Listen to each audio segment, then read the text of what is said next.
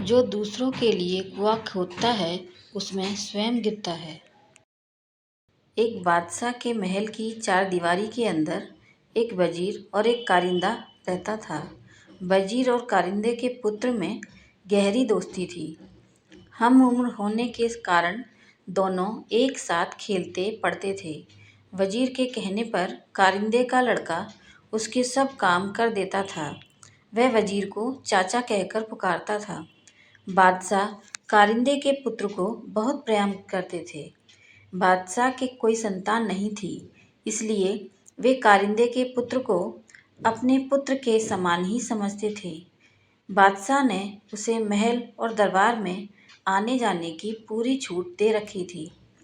कारिंदे के पुत्र के प्रति बादशाह का प्रेम वजीर को बहुत ईर्ष्या होती थी। वजीर चाहता था कि बादशाह केवल उसके पुत्र को ही प्रेम करे। यदि बादशाह ने उसके पुत्र को गोद ले लिया तो बादशाह की मृत्यु के बाद उसका पुत्र ही राजगद्दी पर बैठेगा। वजीर की इच्छा के विपरीत बादशाह का प्रेम कारिंदे के पुत्र के प्रति बढ़ता ही गया। बादशाह वजीर के पुत्र को जरा भी पसंद नहीं करते थे, इसलिए वजीर कारिंदे और उसके पुत्र से मन ही मन ईर्ष्या करने लगा। वजीर ने कारिंदे के पुत्र को मारने का निश्चय किया। वजीर ने कारिंदे के पुत्र को रुमाल और पैसे देकर गोश्त लाने के लिए कहा। वजीर ने कारिंदे के पुत्र को अच्छी तरह समझाया कि गोश्त बाजार में गली के नुक्कड़ वाली दुकान से ही लाना है। कारिंदे का बेटा रुमाल और पैसे लेकर बाजार की ओर चल दिया। उसने देखा कि उसका मित्र वजीर का बेटा भी वहाँ पर खेल रहा है।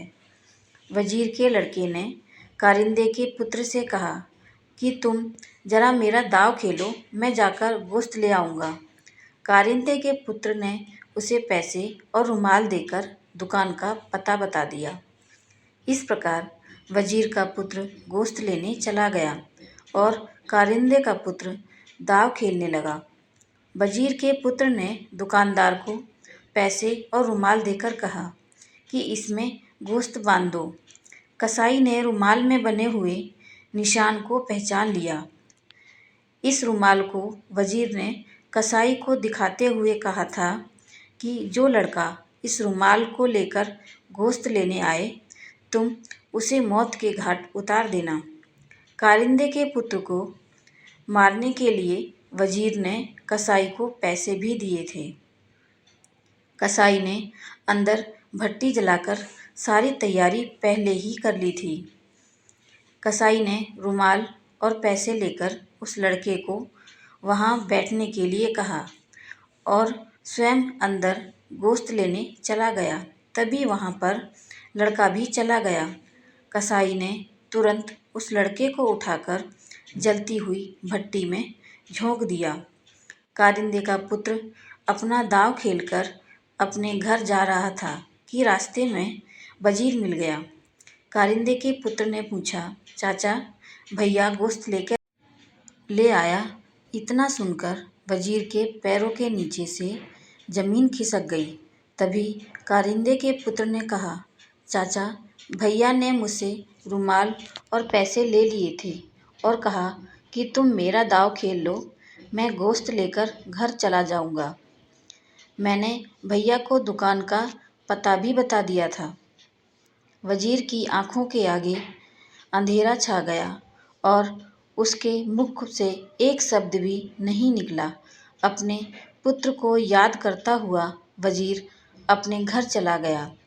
वजीर कह रहा था कि जो दूसरों के लिए कुआं खोदता है उसमें स्वयं गिरता है।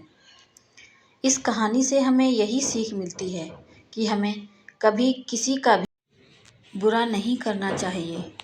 मेरी ये कहानी आपको कैसी लगी मुझे कमेंट करके ज़रूर बताएं और मेरे चैनल को लाइक, शेयर और सब्सक्राइब ज़रूर करें। धन्यवाद।